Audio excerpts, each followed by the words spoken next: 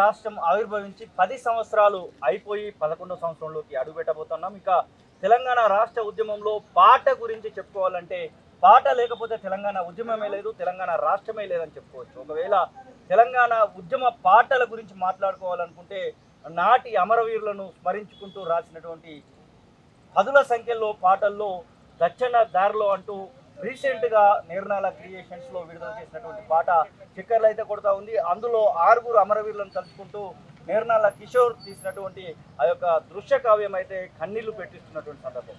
మనతో పాటుగా నిర్నాల క్రియేషన్స్ అధినేత నిర్నాల కిషోర్ నాటి తెలంగాణ ఉద్యమంలో ఉద్యమాన్ని ఉర్రూతలొగించినటువంటి నిర్నాల కిషోర్ మనతో పాటుగా ఉన్నారు. నిర్నాల కిషోర్తో పాటుగా మనతో పాటుగా మరొక గాయకుడు, కవి గాయకుడు కూడా మనతో పాటుగా ఉన్నారు. యాకన్న మనతో పాటుగా ఉన్నారు. అన్న, దచ్చన్న దారిలో పాట దాదాపుగా ఇప్పుడు సోషల్ మీడియాలో ఎక్కడ చూసినా కానీ దచ్చన్న దారిలో పాట వింటూ అమరులను తలుచుకుంటున్నటువంటి సందర్భం మనకు కనబడతా ఉంది.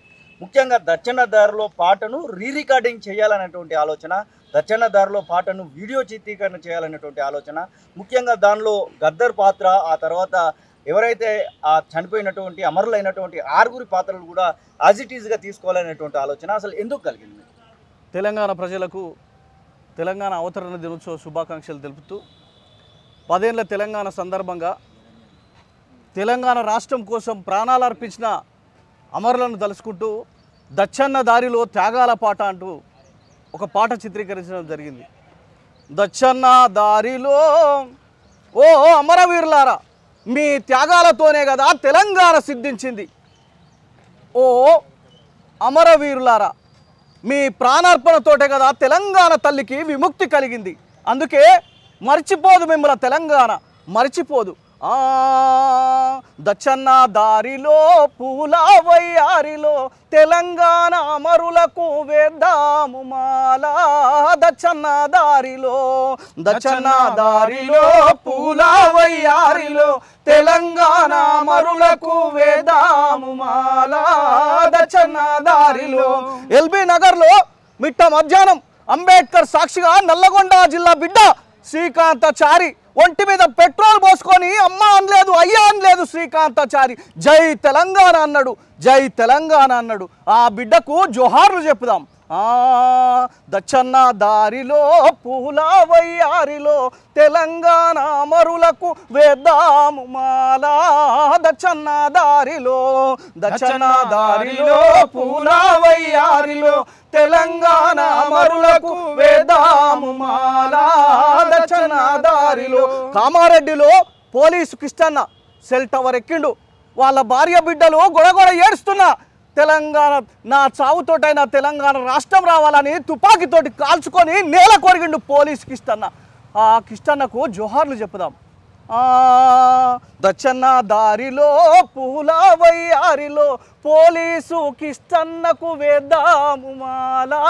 దచ్చన్న దారిలో, దచ్చన్న దారిలో పూల వయ్యారిలో పోలీసు కిష్టన్నకు వేద్దాము మాల. దచ్చన్న దారిలో అంటూ 6 మీద సాగుతుంది ఈ పాట.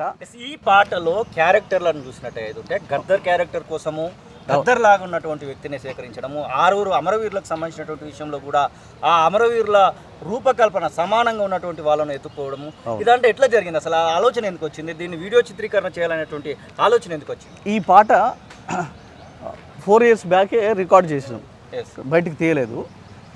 గద్దర్ అన్నకు వినిపించినాను ఈ పాట ఒక స్టూడియోలో. వినిపించినప్పుడు చాలా స్పందించాడు. అసలు ఎట్లా అద్భుతంగా ఉంది పాట అని చెప్పి. తర్వాత అనుకున్నాను గద్దర్ అన్న మేము కలిసి ఈ పాట చేయాలని అనుకున్నాము, కానీ కుదరలేదు. ఈ 10 ఏళ్ల సందర్భంగా చేయాలనుకున్నప్పుడు, ఈ పాట చేయాలనుకున్నప్పుడు గద్దర్ అన్న అలాగా ఎవరన్నా పెడితే బాగుండన్నప్పుడు ఒక మిత్రుడు కోడి వెంకట్ ద్వారా శివాజీ అని వైజాగ్ చెందిన ADMS శివాజీ, ఆ మిత్రుడు కలవడం జరిగింది. అతనికి ఆ ఎంటికలు గద్దర్ అన్న లాగానే పోలికలు, గడ్డం అదంతా చూసి, ఆ బాడీ అదంతా చూసి వెంబడే నేను అన్న మీరు గద్దర్ వేషం వేస్తారని షాక్ అయిపోయింది.